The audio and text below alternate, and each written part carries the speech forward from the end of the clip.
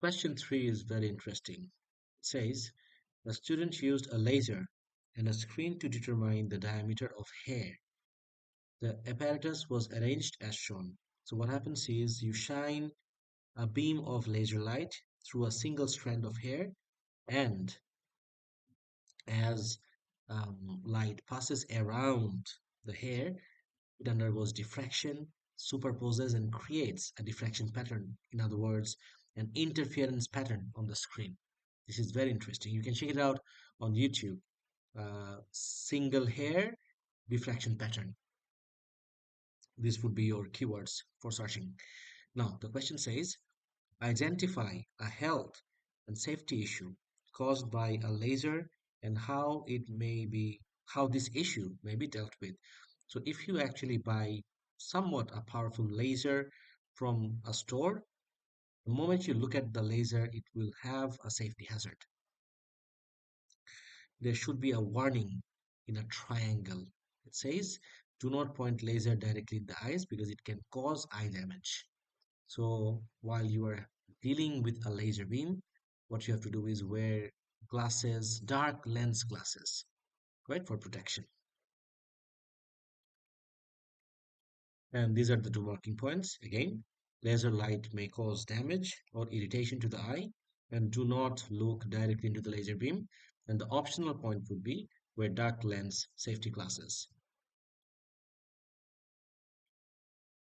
Next part says he switched on the laser. A diffraction pattern was produced on the screen as shown. The student used a meter rule to measure the distance between adjacent minima. Adjacent means one after the other. Describe how the student should determine an accurate value for the distance between the adjacent minima. So guys, let me just mark the adjacent minimas in the diagram. So let's say this is a minima,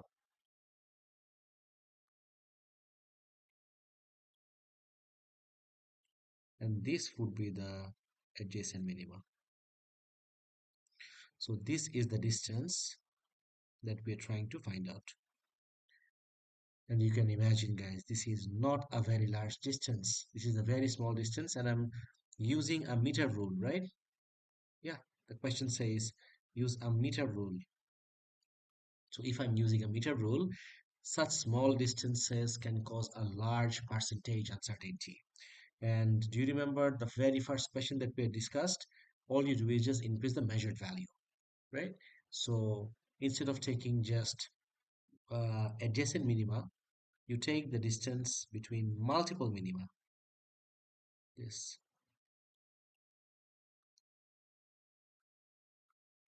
distance between multiple minima, and then you divide by the number of gaps between the minima. So this distance has to be divided by 1, 2, 2, 3, 4, and 5. These are the gaps between the minima, right? So the answer would be, so the exact language that you have to deploy is measure the distance between the centers of multiple minima and divide the distance by the number of gaps that you can clearly see on the screen. The next part is a very important concept. The question says, explain how the student could modify the arrangement. So as I want you to focus on this bit, modify the arrangement to reduce percentage uncertainty. So two phases here, right? Two aspects to this question. One is to modify the arrangement, and what do I want to do after modifying the arrangement? I want to reduce my percentage uncertainty, right? So let's recall the equation for percentage uncertainty one more time. Percentage uncertainty equals uncertainty divided by measured value. Let's call that MV, right? Times percent. So let's say if you're using the same apparatus, the uncertainty remains the same. Or if you're using the same measuring device, the uncertainty remains the same. But if you can somehow increase the measured value, the percentage uncertainty would decrease. Now, what was the value that you were measuring? You are measuring the distance between the minima. What can you do to the apparatus that would increase the separation? What you can do is you can move the screen away from the hair. If you increase the distance, the separation would therefore increase. Right? So the language, exact language would be this. Increase the distance between the hair and the screen. This would increase the separation between the minima, and this was the measured value, right? The separation between the minima was the measured value. So this is one aspect, one way of answering this question. The other way would be you can use an apparatus with a higher resolution, right? So if you have an apparatus with a higher resolution, the uncertainty itself decreases, right? So let's recall the equation. Percentage uncertainty would be uncertainty by measured value, right? So let's not touch the measured value this time. The other aspect would be you use an apparatus with a higher resolution. So if you have a higher resolution apparatus, the uncertainty itself decreases. As uncertainty decreases, the percentage uncertainty also decreases. That is another way of answering this. Part C would be one of the most important questions of this entire paper, and I'll tell you why. So the student is using different lasers and getting different values of D. D is the diameter of the hair. So it's the same hair. So the student should get the same value or at least similar values of the diameter, right? So C1 says determine the mean value of D.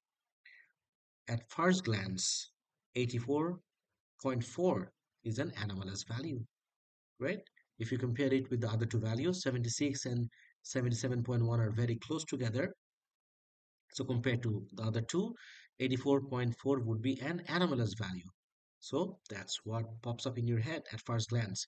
But if you exclude this and do the calculation, you'll have an incorrect value.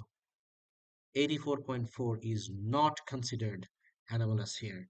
And I have written literally a whole page on this, including my communication with Pearson. Why and when do we consider some values to be anomalous and why not?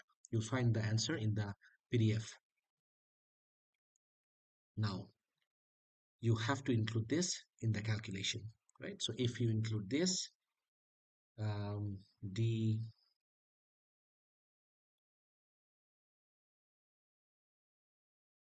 average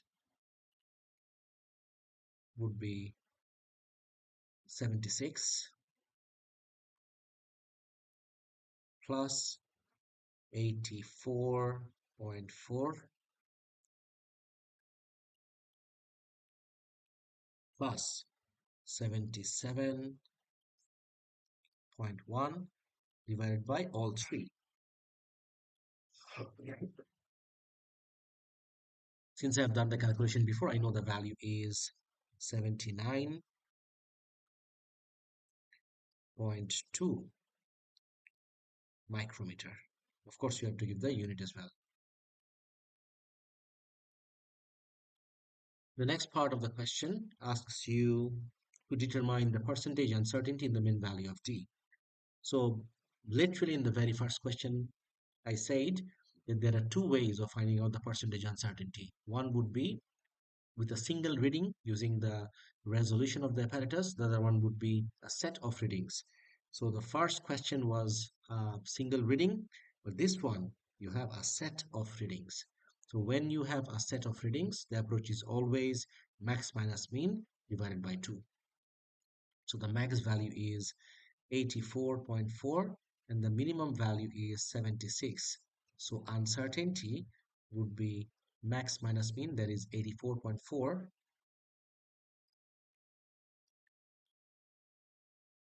minus 76. Max minus mean divided by 2. The value should be 4.2. Of course, you have to give the unit, but this is not my final answer. So even if you don't give the unit here, it's fine. Right? So now that you have uncertainty, the next step would be to find out percentage uncertainty. And we all know percentage uncertainty is uncertainty by measured value or average measured value. Right? So percentage uncertainty would be, this is my uncertainty 4.2 divided by, this is my average measured value 79.2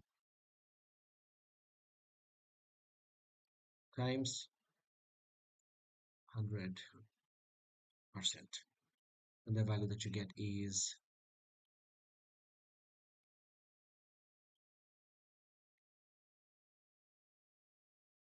and the value that you get is 5.3%.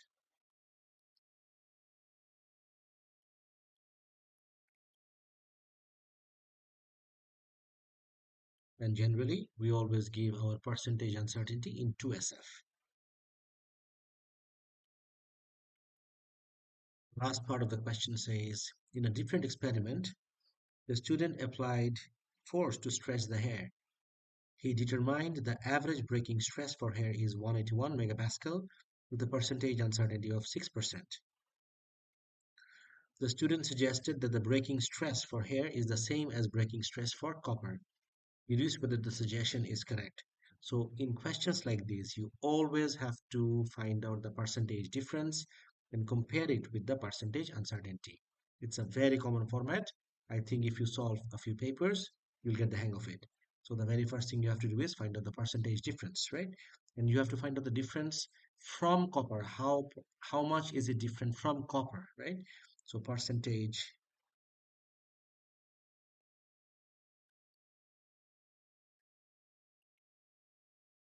difference would be 210 minus 181. And since I'm trying to find out the difference from copper, how much is it different from copper? So I have to divide with copper.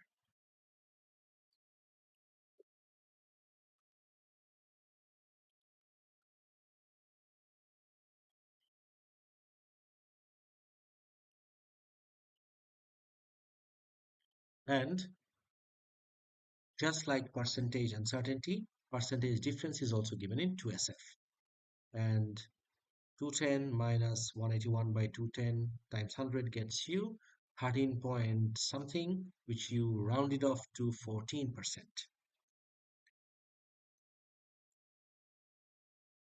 Now, the moment of truth. Once you have the percentage difference, you compare it with the percentage uncertainty. And for a value to be acceptable, suitable, allowable, right? Percentage difference must be smaller than percentage uncertainty. But here you can clearly see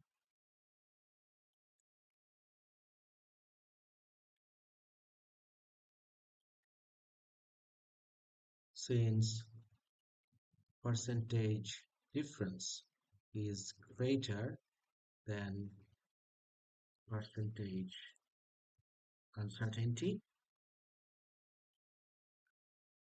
breaking stress of copper is not the same as